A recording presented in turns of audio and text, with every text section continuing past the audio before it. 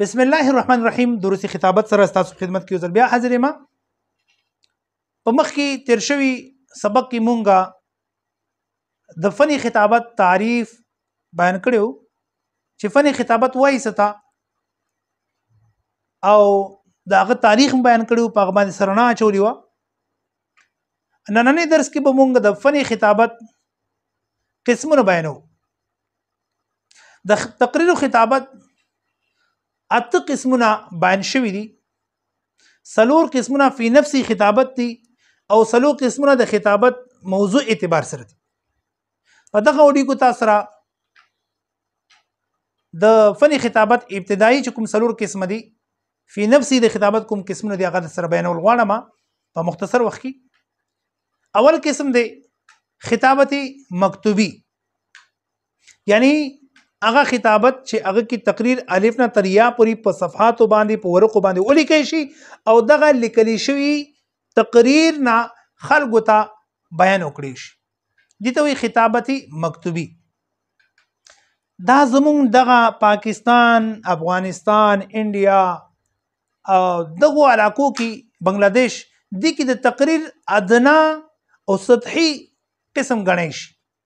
مونږه د مبتدی چې کوم مبتدی طلبه کرام دي، د ابتدایي درجات طلبه کرام دي، هغه باندې په دې طریقې سره تقریر او خطابت زکو.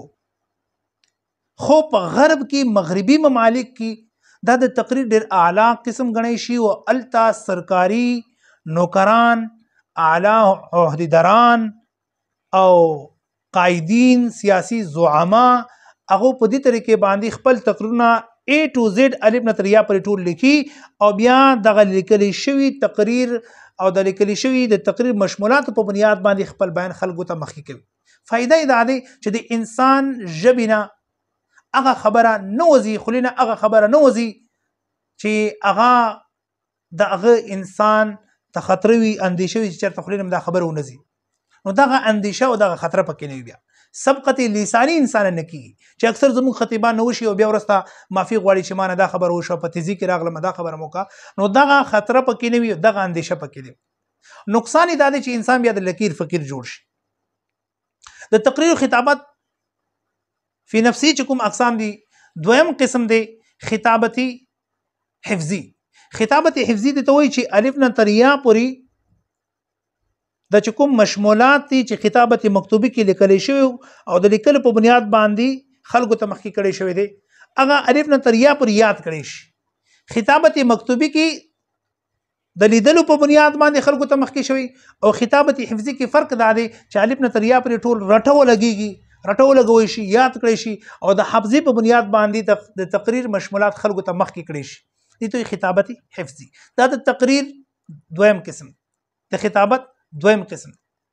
دریم قسم د تقریر خطابت هغه د خطابت اعدادي. خطابت اعدادي مقصد دا دی چې نه د خطابت مکتوبی په شان دي ټول ولیکي شي او نه د خطابت حفظي په شان دي ټول یاد کړي شي، چې نه پکې پوره لیکل وي او نه پکې پوره یادول وي، بلکې سس د یاد کړي شي او سس د نقطو په شکل کې ولیکي شي.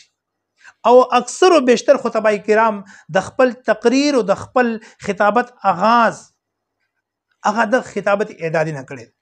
ما هم د واعظ او نصیحت، د لیکچر او د تقریر خطابت آغاز دغه خطابت اعدادي نه کړیو.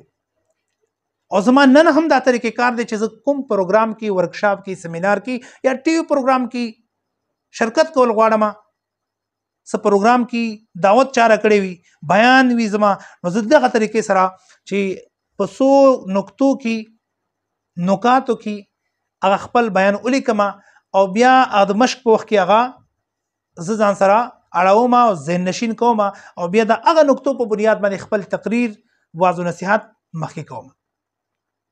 دریم قسم، څلورم قسم چې کوم دی د خطابت اعلی قسم، هغه د خطابت ارتجالی. خطابت ارتجالی وایي فی البدیه تقریر کولو ته چې هغه لپاره تیاری ضرورت نشته.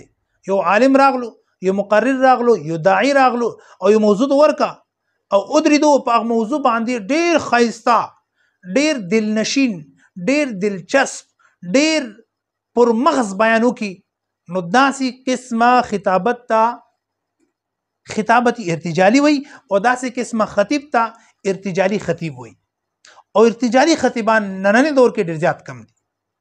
تیر شوي وخت کې په برصغیر پاک و هند کې د ارتجالي خطابت یو لوی نوم سید عطاءالله شاه بخاري رحمه الله او اغه بعد بیا ماضی قریب کې ضیاء القاسمی صاحب رحمه الله او دارنګي مورخ اسلام ضیاء الرحمن فاروقی صاحب رحمه الله او ګڼ شینور خطیبان هم تیر شوي دي.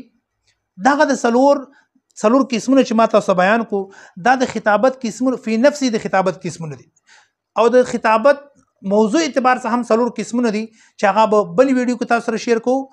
تر بل ویډیو پورې تاسو نه اجازه اخلم. السلام علیکم ورحمت الله وبرکاته.